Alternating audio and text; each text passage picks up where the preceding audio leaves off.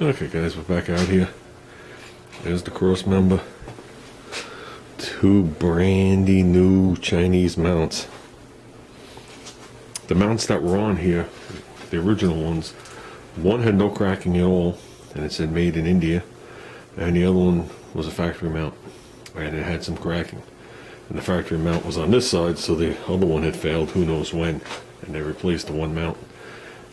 One store on Long Island had these mounts. Same store that had the water pump, believe it or not. So, between driving from work to there, in the traffic, and sitting in the traffic coming home, it took me almost 2 hours to go get these mounts.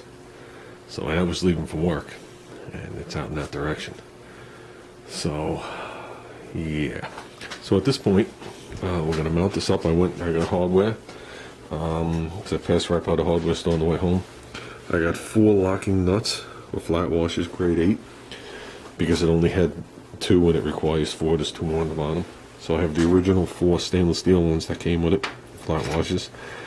And I got 6, let me see, 5, there you go, 6 new mounting bolts to the block. So, and we have the pads in the oven right now. There you go. All I have to do is dry and look blue. Even though they don't look like the color that they are in the screen again. So, yeah, they're almost dry. So, I don't care if I put them on wet. As long as I can hold them. There you go. That's what you need to put an 8-cylinder in. That component right there. Either that, or you could use the 6-cylinder Crossmember, and they make adapter mounts. Me personally, I've never used the adapter mounts, so I can't speak good or bad about them. They look beefy as all hell. It doesn't look like it's going to be a bending issue. The pads are very similar, so it's not like they're weaker. And then they use this nice setup with a half round, and it looks like a nice setup. Like I said, I've never used them.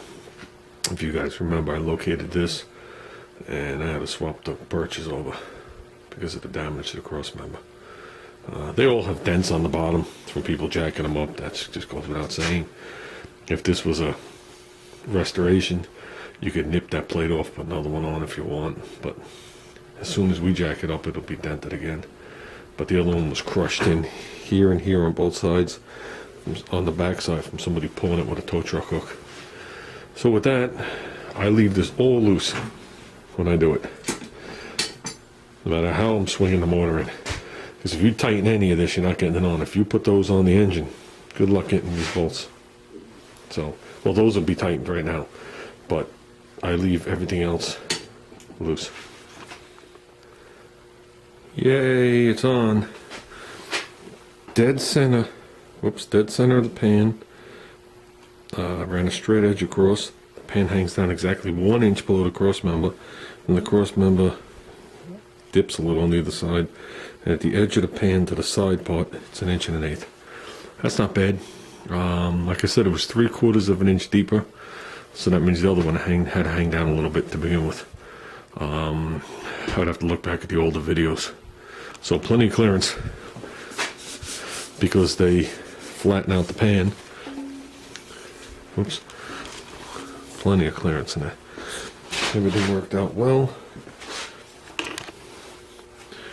And we're good. As you can see, those engine plates cover the pan quite a bit. So, yeah. When you have that Crossmember in the car and you try and lower the engine down by the mounts, 2 of them, these 2 have just holes, those 2 have slots. The later version, the slots go all the way past the angled part.